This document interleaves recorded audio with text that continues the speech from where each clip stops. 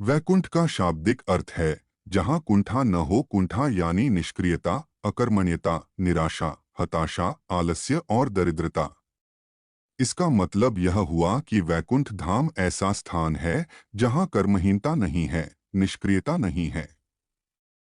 कहते हैं कि मरने के बाद पुण्य कर्म करने वाले लोग स्वर्ग या वैकुंठ जाते हैं।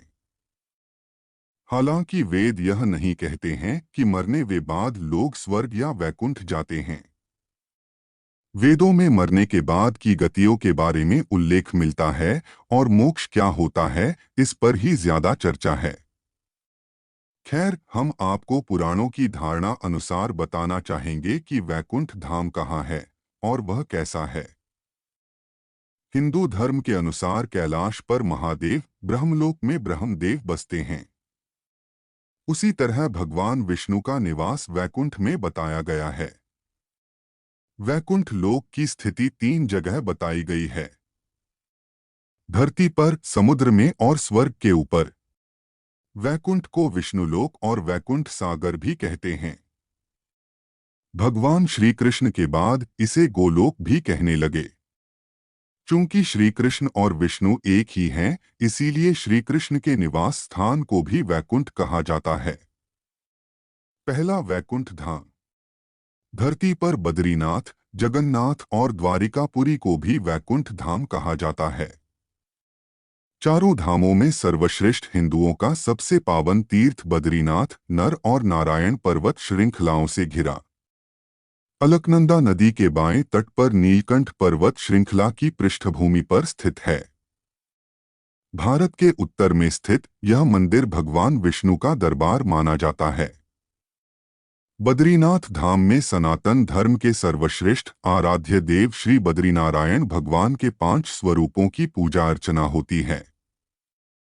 विष्णु के इन 5 रूपों को पंच बदरी के नाम से जाना जाता है: श्री विशाल बदरी, श्री योगध्यान बदरी, श्री भविष्य बदरी, श्री वृद्ध बदरी और श्री आदि बदरी। बद्रीनाथ के अलावा द्वारिका और जगन्नाथपुरी को भी वैकुंठ धाम कहा जाता है। कहते हैं कि सतयुग में बद्रीनाथ धाम की स्थापना नारायण ने की थी। त्रेतायुग में रामेश्वरम की स्थापना स्वयं भगवान श्री राम ने की थी। द्वापर युग में द्वारिका धाम की स्थापना योगीश्वर श्री कृष्ण ने की और कलयुग में जगन्नाथ धाम को ही वैकुंठ कहा जाता है। पुराणों में धरती के बैकुंठ के नाम से अंकित जगन्नाथ पुरी का मंदिर समस्त दुनिया में प्रसिद्ध है। ब्रह्मा और स्कंद पुराण के अनुसार पुरी में भगवान विष्णु ने पुरुषोत्तम नीलमाधव के रूप में अवतार लिया था। दूसरा वैकुंठ धाम। दूसरे वैकुंठ की स्थिति धरती के बाहर बताई गई है। इसे ब्रह्मांड से बाहर और तीनों लोकों से ऊपर बताया गया है। यह धाम दिखाई देने वाली प्रकृति से 3 गुना बड़ा है। इसकी देखरेख के लिए भगवान के 96 करोड़ पार्षद तैनात हैं। हमारी प्रकृति से मुक्त होने वाली हर जीवात्मा इसी परमधाम में शंख, चक्र, गदा और पद्म के साथ प्रविष्ट होती है। वहां से वह जीवात्मा फिर कभी भी वापस नहीं होती। यहाँ श्री विष्णु अपनी 4 पटरानियों श्रीदेवी, भूदेवी, नीला और महालक्ष्मी के साथ निवास करते हैं। इसी वैकुंठ के बारे में कहा जाता है कि मरने के बाद विष्णु भक्त पुण्यात्मा यहाँ पहुँच जाती है। पुराणों के अनुसार इस वैकुंठ की स्थिति हमारे ब्रह्मांड के परे है।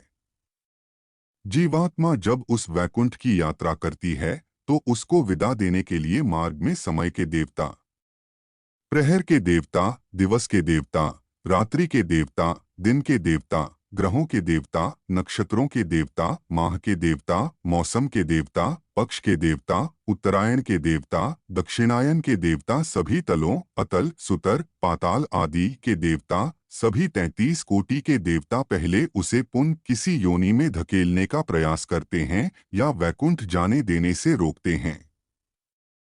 लेकिन जो जीवात्मा प्रभु श्री विष्णु की शरणागति होता है उसको ये सभी एकपाद विभूति के अंतिम सीमा तक जाते हैं और त्रिपाद विभूति के बाहर प्रवाहित होने वाली विरजा नदी के तट पर छोड़ देते हैं। इसी एक पाद विभूति में हमारा संपूर्ण ब्रह्मांड और सारे लोक अवस्थित हैं। इस एक पाद विभूति की सीमा के बाद शुरू होता है वैकुंठ धाम। पौराणिक मान्यता है कि इसी वैकुंठ धाम और एक पाद विभूति के मध्य विरजा नामक एक नदी बहती है। इस नदी से ही त्रिपाद विभूति शुरू होती है, जो वैकुंठ लोक है। मुक्त होने वाली जीवात्मा को जब सभी देवता विरजा नदी तक छोड़कर जाते हैं, तब वह जीवात्मा नदी में डुबकी लगाकर उस पार चली जाती है। उस पार से पार्षदगण उसको सीधे श्रीहरि विष्णु के पास ले जाते हैं। वहां वह उनके दर्शन करके परम आनंद को प्राप्त करता है। इस प्रकार त्रिपाद विभूति में ही वह जीवात्मा सदा के लिए स्थापित हो जाती है। पुराणों में इस वैकुंठ धाम का बड़ा ही रोचक चित्रण किया गया है। तीसरा वैकुंठ धाम। भगवान श्री कृष्ण ने द्वारिका के बाद एक और नगर बसाया था जिसे वैकुंठ कहा जाता था। कुछ इतिहासकारों के मुताबिक अरावली की पहाड़ी श्रृंखला पर कहीं वैकुंठ धाम बसाया गया था, जहां इंसान नहीं, सिर्फ साधक ही रहते थे। भारत की भौगोलिक संरचना में अरावली प्राचीनतम पर्वत है। भूशास्त्र के अनुसार भारत का सबसे प्राचीन पर्वत अरावली का पर्वत है। माना जाता है कि यहीं पर श्री कृष्ण ने वैकुंठ नगरी बसाई थी। राजस्थान में यह पहाड़ नैऋत्य दिशा से चलता हुआ ईशान दिशा में करीब दिल्ली तक पहुंचा है। अरावली या अरवली उत्तर भारतीय पर्वतमाला है। राजस्थान राज्य के पूर्वोत्तर क्षेत्र से गुजरती 560 किलोमीटर लंबी इस पर्वतमाला की कुछ चट्टानी पहाड़ियां दिल्ली के दक्षिण हिस्से तक चली गई हैं। अगर गुजरात के किनारे अर्बुद या माउंट आबू का पहाड़ उसका एक सिरा है, तो दिल्ली के पास की छोटी छोटी पहाड़ियां धीरज दूसरा सिरा।